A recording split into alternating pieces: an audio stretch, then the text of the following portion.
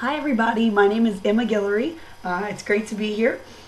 I really thought after watching Dr. Cruz's video that I really kind of got a sense of who she is, and so I'm hoping that with my video it'll kind of be the same thing.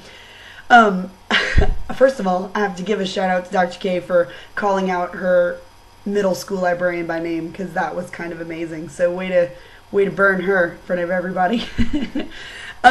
I also didn't have really spectacular librarians in school either. I was a huge public library junkie growing up. My mom would take me every weekend to the library. But there were never any librarians that stood out. There was never anybody that I felt mentored me or made me feel more welcome to the library. It was really just kind of going in and it being my own space. But I think maybe that's why I liked it so much, because I didn't have to fool with anybody, saying anything to me or messing around. Like, it was just going in, doing my own thing. But I was never censored or anything like that. Like, they never tried to make me not check out the books that I wanted to check out. I had, talking about the books that we liked whenever we were, teenagers, I had a ghastly obsession with Holocaust literature, Holocaust fiction specifically. I still do love that genre, but the older I get, the more I kind of worry that it's creepy that that's one of my favorite, historical genres to read about. So, but I still love that. I also loved anything Judy Blume. I've read everything she's written 100 times, it feels like. She's absolutely one of my favorites.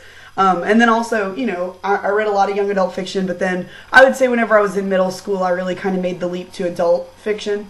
But I'll always remember whenever I was in the 8th grade, when a friend introduced me to Harry Potter and said, no, seriously, this is really great. It's not for kids. And whenever I started reading it in the 8th grade, the first 3 books had already come out in the series, and I can remember inhaling those books, and it was like nothing I've ever read before. It will always be my favorite series. And then from then on, I felt like I grew up with the books. I read them throughout college when they came out, and then finally, whenever I was getting married, I remember that the 6th book came out, and it's just part of who I am. Whenever I was a teenager, I really loved trashy television. I can remember my best friend and I watching a lot of Real World and Road Rules and stuff like that on MTV, and just being a junkie for, reality television, which was really just starting to come around whenever I was in high school. I've always been an enormous Saturday Night Live fan, from the, as I call them, the golden days of the 90s of Saturday Night Live. I feel like I could perform every sketch that was ever on there.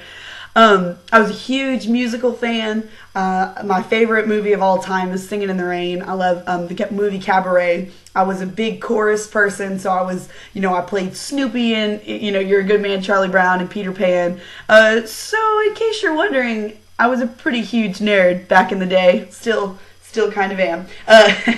My favorite kinds of music are still the same. I really loved any kind of folk music. I love James Taylor. I love Carly Simon, Harry Chapin, and one particular weakness, being a child of the 90s, was Spice Girls. I still love Spice Girls to this day.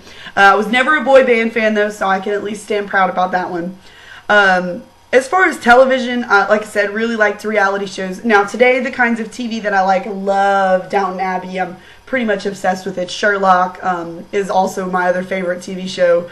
I'm still watching Grey's Anatomy after all these years. I think it's been like 8 years that show's been on, and I'm still holding on. I love New Girl on Fox. I love Brooklyn Nine-Nine. I like really any kind of comedy. I'm also really into anything that's on HBO. I love Game of Thrones. That's one of my favorite series of books that my husband introduced me to. I love that. I love Arrested Development. I'm one of those people that can quote all. And then Monty Python. I didn't mention Monty Python. And Mystery Science Theater 3000. So like I said, really anything nerdy I'm kind of into. Not a big Doctor Who fan. My husband and I have tried to watch it a few times, but not been able to get into it yet. What am I embarrassed about that I did as a teen? I was just, like I said, super nerdy. I dressed literally the exact same way that I'm dressed right now. Always a character kind of t-shirt, a ponytail, and a pair of jeans.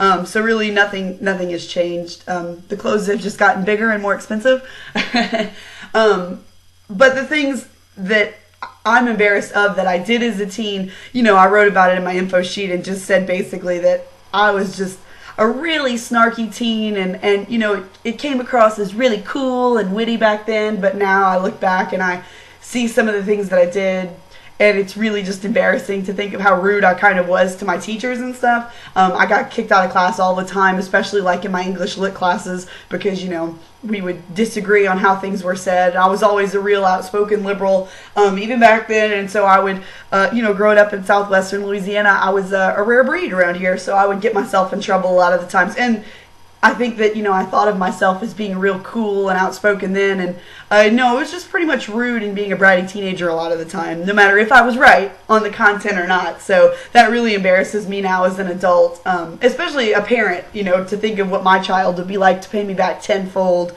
in the future. What would embarrass me as a teenager about myself now? Probably that how little I've changed as far as the things that I'm into. But other than that, I feel like I'd be pretty proud of who I am today. Meandering around, gathering as many degrees as I can at this point. I guess I'd be a little more disappointed, teenage Emma, that I'm not more successful and rich and famous now than I am. But I think that, you know, I've kind of settled into it now. And then as far as authors that I would love to see visit the class, I emailed Dr. Kurz earlier before the semester started, after I read Eleanor in Park, and just said, seriously, could Rainbow Rowell be any cooler? And the answer is no. She's totally my favorite. After I read Eleanor in Park, I've read everything else she's written, and she's truly just amazing. And I would love it if we could hear from her this semester. Obviously, pipe dream people that I'd love to hear from. I'd love to hear from Judy Blume or J.K. Rowling, but I'm pretty sure those things won't happen. But it would be really cool. So, looking forward to a really good semester. I love YA Lit. It's always been one of my favorites. This is really, hopefully, going to be one of the most interesting classes I'll ever take. And so I'm really excited about it and glad to be here. Thanks, everybody.